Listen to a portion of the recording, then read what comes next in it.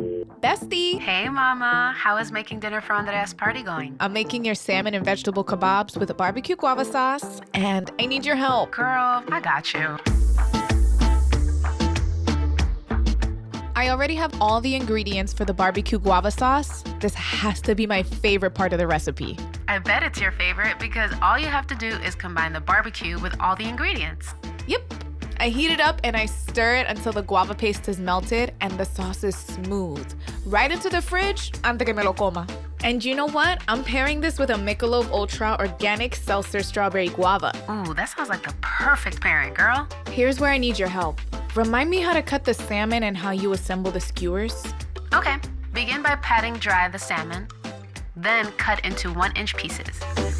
Thread salmon, bell peppers, onions, mushrooms, and folded lemon slices to make 8 skewers total.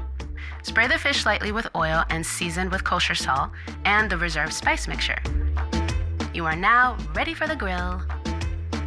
Make sure you are turning them occasionally until the fish is opaque throughout. About 8 to 10 minutes total, and you're done. These are looking perfect. Andrea's gonna love them. Man, I wish I was there, but you're doing great, girl.